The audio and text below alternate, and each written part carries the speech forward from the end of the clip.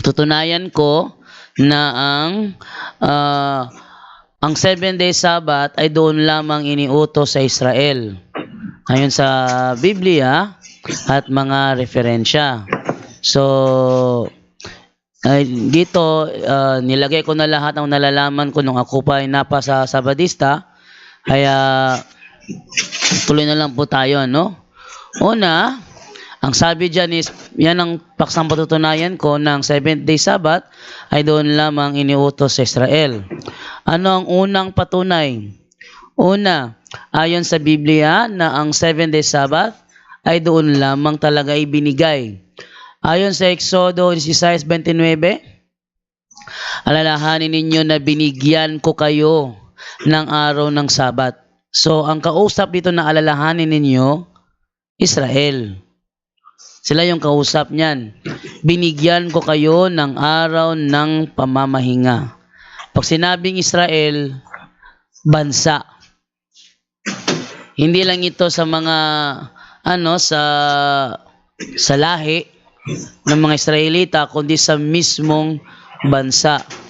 Sa madaling salita, yung mga hintil na nasa Israel under sa naturang batas dahil sila ay nasa Israel. Ayan ha, kahit hintil, basta nasa bansang Israel, under sa naturang batas, dahil sa Israel ibinigay ang araw ng Sabat. At yon ang aking paksa, na doon lamang yan iniutos sa Israel. Next, ang sabi naman dito sa Ezekiel 29, ngunit hindi ko ito ginawa dahil ayaw kong malagay sa kahihiyan ang pangalan ko sa mga bansa sa palibot ng nakaalam na inilabas ko ang mga Israelita sa Ehipto. Kapag ang SDA nagbabasa ng Ezekiel 20, ang kanilang binabasa ay verse 12 lang at verse 20. Bakit verse 12 lang at verse 20 ang kanilang binabasa? Yun ay para ikaw na nakikinig, ipinalilitaw nila na ikaw ang kausap dito. Yan. Kaya diretso sa 12, then 20. Yung 9, wala akong nakitang SDA na binabasa ang 9. Alam niyo kung bakit? Dahil ipalilitaw nila na ang kausap sa Ezekiel 20 ay yung nakikinig sa Bible study.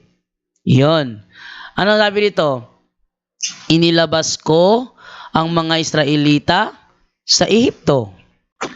Kaya pinalaya ko sila sa Ehipto at dinala sa ilang.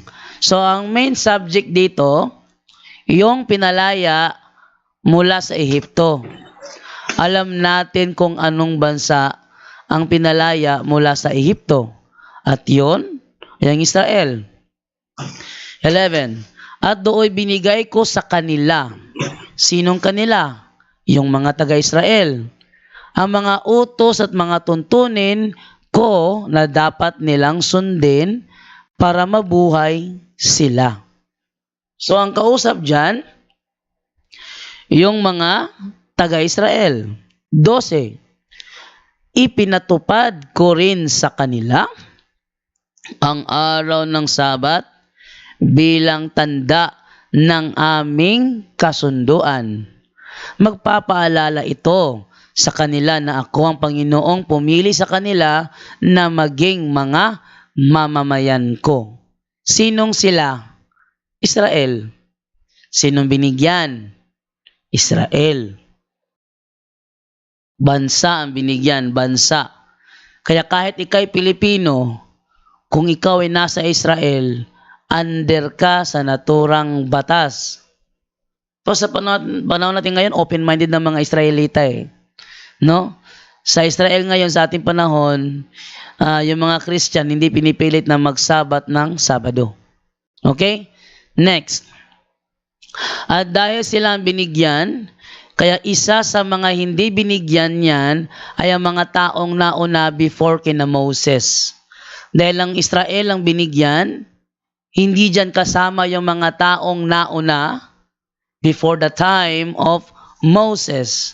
Ayon sa Deuteronomy 5:1, tinipon ni Moises ang lahat ng mga Israelita at sinabi sa kanila, "O mga Israelita, pakinggan ninyo ang mga utos at tuntunin na ibibigay ko sa inyo sa araw na ito." So, ang bibigyan, mga Israelita, pag-aralan ninyo ito at sundin. So, sila yung binigyan yung taga-Israel. Gumawa sa atin ng kasunduan ng Panginoon na ating Diyos sa bundok ng Sinai. Gumawa ng kasunduan na ang Panginoon na ating Diyos sa bundok ng Sinai. Hindi niya ito ginawa sa ating mga ninuno, kundi sa ating lahat na nabubuhay ngayon. Ang main subject ng ating topic ngayong gabi ay ang 7th day Sabbath. Ano? So, hindi kasama sa 7th day Sabbath, sina Adan. Meron kasi mga nasasabi kasi na sina Adan, Sabbath keeper din yun. Hindi po, di totoo yun. Ang binigyan ng pangilin ng 7th day Sabbath ay yung mga Israelita. Kaya ang Israel lamang ang malinaw na inutusan na mangilin ng 7th day Sabbath. Unang talata, Deuteronomy 5:15. At iyong alalahanin na ikaw ay naging alipin sa lupain ng Ehipto, at ikaw ay nilabas ng Panginoon mong Diyos doon sa pamamagitan ng isang makapangyarihang kamay at unat na bisig. Kaya't iniutos sa iyo ng Panginoon mong Diyos na ipangilin mo ang araw ng Sabat. Sinong kausap dyan? Yung naging alipin sa lupain ng Ehipto. Yung naging alipin. Ay, hindi tayo kasama dyan. Hindi tayo naging alipin eh. So yung naging alipin sa Ehipto, silang inutusan na mangilin ng 7th day Sabbath. Ano pa? Kalawang talata, Exodo Kapitulo 20, versikulo 2 at 8. Pag sila ang nagbasa ng Exodo 20, ang kanilang binabasa ay diretso 8. Yung 2, walang nagbabasa nun. Tandaan ninyo ha, pag SDA dumalaw sa inyo, nag-Bible study, nagbasa ng Exodo 20, walang isa man sa kanila nagbabasa ng versikulo 2. Bakit? Dahil sa 2 malalaman kung sinong kausap. Ayon dito, ako ang Panginoon mong Diyos na naglabas sa iyo sa lupain ng Ehipto. So, ang kausap pala yung inilabas sa lupain ng Ehipto. Ano yon? Yun ang bansang Israel. Ano ang utos sa inilabas sa lupain ng Ehipto? Alalahanin mo ang araw ng Sabat. Ayan, no? So, sila ang inutusan. At ito yung aming paksa. Yung aming paksa, hindi ko pala may ipakita ng buo. Yung aming paksa na napag-usapan, ayan. So, okay to dito ha. Ito yung paksa na patutunayan ko ng 7-day Sabbath ay doon lamang iniutos sa Israel. At sumang-ayon naman siya na yan ang paksang tatalakayin ngayong gabi. Okay, so hanggang dito na lang. Hindi ko na ubusin yung oras dahil dali lang naman na patunayan yung aking paksa. So hanggang doon na lamang po, moderator. Okay. So meron ka pang 5 minutes and 26 seconds. At confirm ko lang, wave mo na ba yung natitira mong oras, Brother Jando? Yes, wave ko na, moderator. Yun lang. Okay, wave na ni Brother Jando yung kanyang natitirang oras. And of course, dahil na-wave niya na, pupunta tayo ngayon sa atin pong 10 minutes. 10 minutes na cross-examination. We will sit the 10 minutes cross-examination and every question must be answered na hindi lalagpas sa 20 seconds. Meron ako ditong sa cellphone lamang na 20 seconds. Pag nalumagpas sa 20 seconds, ako yung magsasabi mismo na next question. Automatically, yung magtatanong, magne-next question at yung magsasagot ay makikinig na sa magtatanong. Okay ba yon mga kapatid? Yes po, aprobado. Okay. So, meron tayong nakaset dito na 10 minutes. Cross-examination from SDA Brother Edwil. Magko-cross-examine siya mga kapatid kay Brother Jando. Ang iyong time will start if you ask the question to Brother Jando. Okay, Brother Jando, handa ka na ba? Yes, handa na. Okay. Unang tanong. Kailan ginawa ang araw ng Sabat?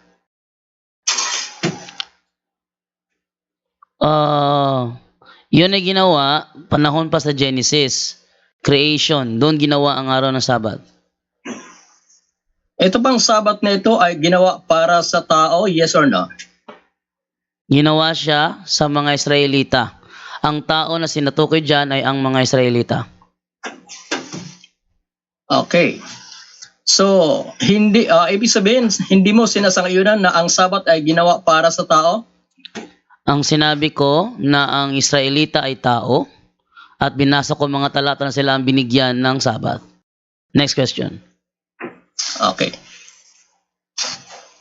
So, ibig sabihin sa Marcos 2:27, ginawa ang Sabat ng dahil sa tao, hindi mo ba ito pinaniwalaan? Ang sinabi ko, Israelita ang binigyan at ang Israelita ay tao. Kung ating iatras sa Marcos 2:24, Israelita ang kausap dyan. Next question. Ulitin ko, kailan uli ginawa ang Sabat? Ang Sabat na ginawa ay panahon pa ng Genesis. Ito ay ginawa. Sino ang tao noong ginawa ang Sabat? Sino ang tao sa paggawa ng araw ng Sabat? Sino ang mga taong nandun? Sina Adan at Eva. Okay. So sa makatuwid, ginawa ang Sabat para sa tao sa panahon na si Adan at Eva pa lamang ang nilalang. Yes or no? No. Dahil ayon sa Deuteronomio 5:1 hanggang 3, hindi ginawa ang tipan na ito sa ating mga ninuno. Ang ninunong tutukoy kasama sina Adan at Eva doon. Next question. Okay. So sa makatuwid, ginawa ang Sabat sa paglalang at ang mga tao ay si Adan at si Eva. Ibig sabihin, si Adan at Eva ay hindi para sa Sabat na ito, Brother Jando. Yes, hindi sila kasama doon. Ayon sa Deuteronomy chapter 5 verses 1 to 3, hindi ginawa ang tipang ito sa ating mga ninuno, kundi sa ating nabubuhay ngayon. So hindi sila kasama si Adan at Eva dyan. Next question. Okay. Balikan natin ang Marcos 2:27. Sinabi ba roon na ginawa ang Sabat para sa Hudyo? Yes or no? No. Ang sabi doon, ginawa sa tao at ang taong binigyan ayon sa Exodo 16:29 ay mga Israelita. Next question. Okay. Specific ang tanong, Marcos 2:27. Ginawa ang Sabat ng dahil sa tao. Ito ba'y nababasa o hindi nababasa? Iyan ay nababasa. At kung iatras mo sa 24, Israelita ang taong kausap dyan. At ayon sa Exodus 16:29, ang binigyan, Israelita. Next question. Next question. Sa makatuwid, ilang taon pa mula kay Adan hanggang kay Moises, ilang taon na wala palang nangili ng Sabat samantalang may mga tao na noon, Master Jando? Yes, may mga taon noon at kung ilang taon man yun, hindi na yun ang ating topic. Pero ang sabi ni Moises kasi, hindi ginawa ang tipang ito sa ating mga ninuno. So hindi kasama sina Adan at Eva doon. Next question. Ibig sabihin, 2,000 o 4,000 anyos na tiwangwang ang Sabat sapagkat ang tao pala ay hindi para sa Sabat. Mali. Ang Sabat ng ginawa yan ay hindi iniutos sa tao. Iniutos lang siya panahon ni na Moises. Next question. Okay. Paano inuutos sa Israel ang Sabat? Binasa ko na kanina, Exodo 20, versikulo 2 at 8. Sabi sa kanila, alalahanin ninyo na kayo ay naalipin sa Ehipto, alalahanin mo ang araw ng Sabat upang ipangilin. Okay. Sa Exodus 20 talatang 8. paano inuutos ng Diyos ang tungkol sa Sabat? Para kanilang alalahanin na sila ay magpahinga sa ikapitong araw at yun ang ating topic. At before sa kanila, walang ibang inutusan nun. Next question. Okay. So, basahin ko lang ha. 20 talatang 8. Alalahanin mo ang araw ng Sabat upang ipangilin. Paano inuutos Mr. Jando? Ipaalala sa kanila ang araw ng Sabat upang kanilang ipangilin ayon sa talata. At ang kausap dyan, versikulo 2, yung inilabas sa lupain ng Ehipto. Next question. Okay. Kung sinabing alalahanin, yan ba ay kauutos lang o dati nang mayroong Sabat na nakalimutan? Yes or no? No. Ang sabi ko kanina, Exodo 16:29, doon unang ibinigay ang Sabat. Wala akong... Yun, next question. Next question. Specific ang tanong, Mr. Jando. Bakit ang utos ay alalahanin? Ano ang ibig sabihin nito? Ang ibig sabihin, before ang Exodo 20, versikulo 2, ay ibinigay na. At yun ang binasa ko kanina, Exodo 16:29. Next question. Okay. So ngayon, si Abraham ay sumunod sa utos. Okay, basahin ko ha. Genesis 26, talatang 5, ang sabi rito. Okay, Genesis 26, talatang 5.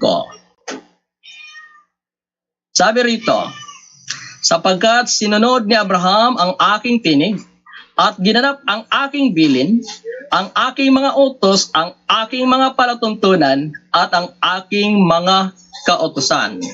Hindi kaya inuutos na dito kay Abraham ang tungkol sa Sabat kung kaya pinapaalala na lang sa Israel? No, dahil salungat yan sa sinasabi sa Deuteronomy 5:1 na hindi yun binigay sa kanilang mga ninuno at si Abraham ay isa sa kanilang mga ninuno. Next question. Okay. So ngayon, sa bagong tipan, kanino ibinigay ang bagong tipan? Objection, moderator. Okay, time pause tayo. Ang aking objection, ang topic natin, 7th day Sabbath, iniutos sa Israel. Hindi namin topic kung kanino ibinigay ang bagong tipan. Okay, yun ang objection ni Brother Jando. Brother Edwel, meron ka bang counter objection? Okay. May counter objection ako eh. Go ahead. Kasi ang tanong ko sa kanya, sa bagong tipan, kanino ibinigay ang Sabat? Okay, so ito po, magro-ruling ako. Yung topic po natin ngayon na pinag-uusapan ay patungkol po ito dito sa patutunayan ko na ang 70 Sabat ay doon lang iniutos sa Israel ayon sa Biblia at mga referensya. So wala po tayong topic dito ngayon na tungkol sa ito po ay dapat strict lang po tayo, no? Brother Edwel, pasensya na po Strict lang po tayo ngayon sa kung ano po yung napag-usapan. So I think you can reconstruct your question para po pumasok sa topic. Okay. Sige, wave ko ng time ko. Okay. Meron kang 2 minutes and 29 seconds. Confirm ko lang, wave na yung time. Yes. Okay. So, yan po, mga kapatid, yung unang sabak ng first stand ni Brother Jando, affirmative side, at saka yung question and answer, tanong ni Brother Edwel kay Brother Jando,